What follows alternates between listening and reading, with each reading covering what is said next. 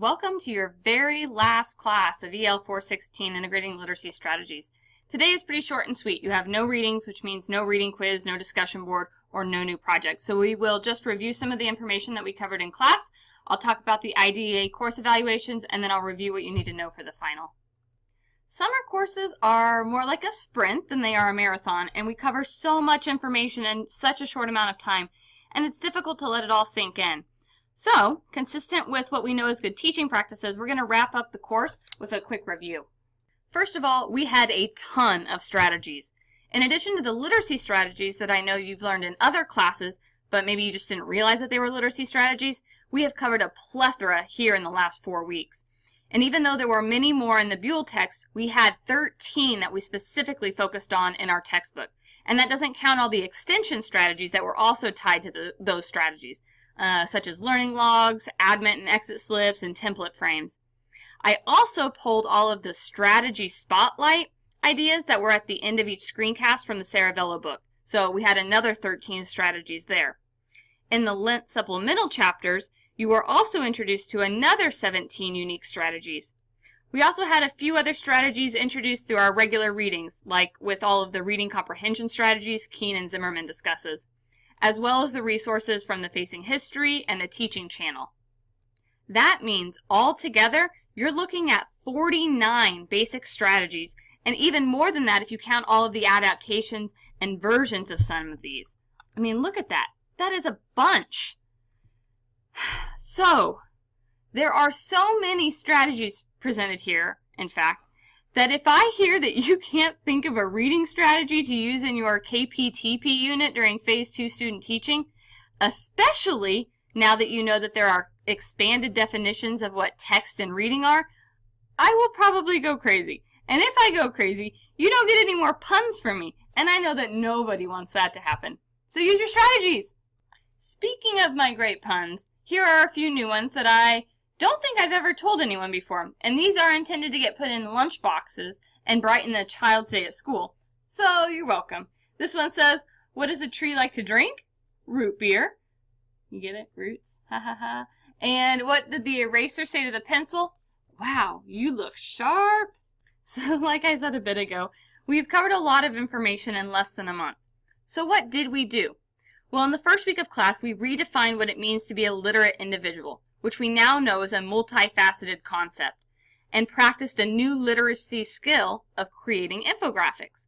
We also reviewed the Common Core literacy standards, compared and contrasted disciplinary literacy with content-ary literacy, and then touched on the gradual release of responsibility and the zone of proximal development. In week 2, we addressed what it means to be literate in different disciplines, and also tried a handout at our textbook evaluation.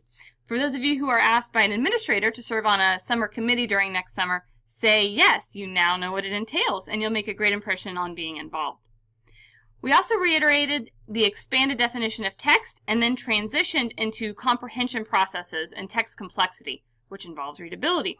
And then to finish off week 2, we discussed what it means to front-load information and pull from the file cabinet of students' minds, how we can differentiate our pre-instruction based on what students know or don't know, and then also the unique skills each discipline requires in creating academic knowledge. As we moved into week 3, we continued focusing on the academic side of things and discussed vocabulary, including tier 1, 2, and 3 words, and our discipline's academic discourse. Class 7 in week 3 progressed into the digital side of literacy through the discussion of new literacies. This brought up the topic of how we accommodate for different learner abilities, differentiate, and provide our students with choice as well. And this class is also where we started to put our ideas down in a lesson plan, which helped to concretely tie our plans into something action-oriented. Our 3rd week wrapped up with a discussion on how teachers should craft quality questions, the 6 main types of text frames, planning with fact pyramids so that we focus on essential knowledge, and what inquiry-based learning looks like in all the content areas. As we entered our 4th and final week, we began to put it all together and discussed how we can incorporate literacy strategies to support content instruction at the before, during, and after stages of a lesson.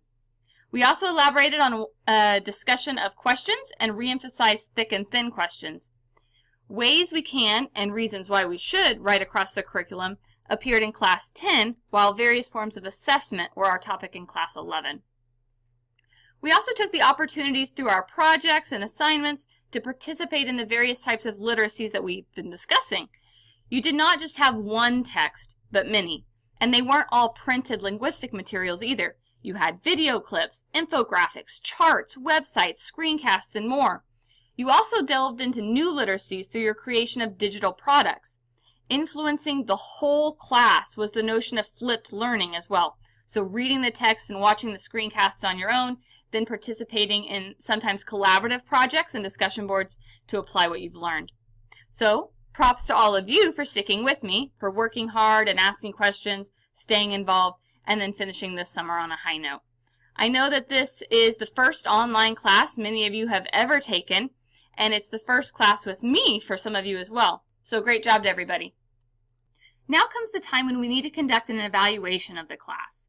You've probably done these evaluations either online or on paper for your instructors before, and I will ask that you also please complete one for me. Before the course began, I selected which IDEA objectives best fit our class.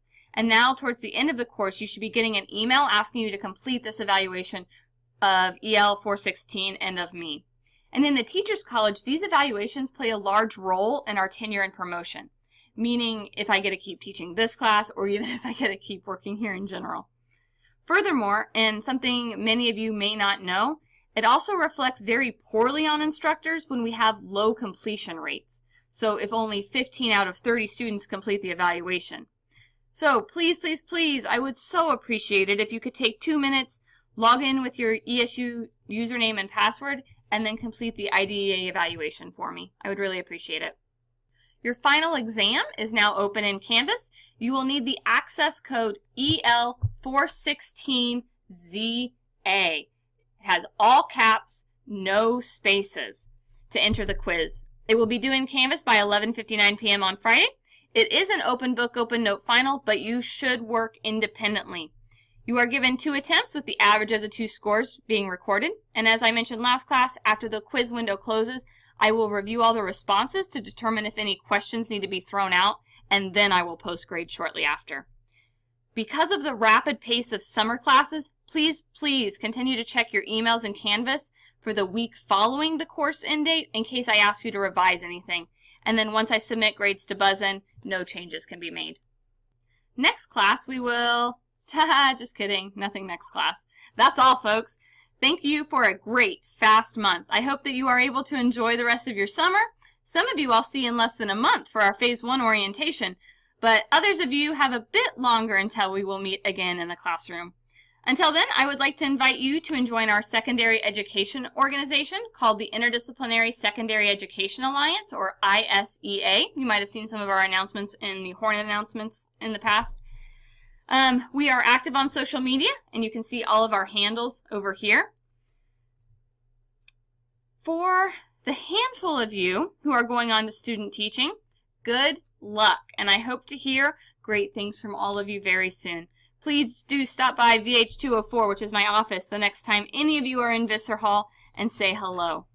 Please let me know if you have any questions, but otherwise, thank you for a good summer semester, and I look forward to seeing all of you soon. Take care.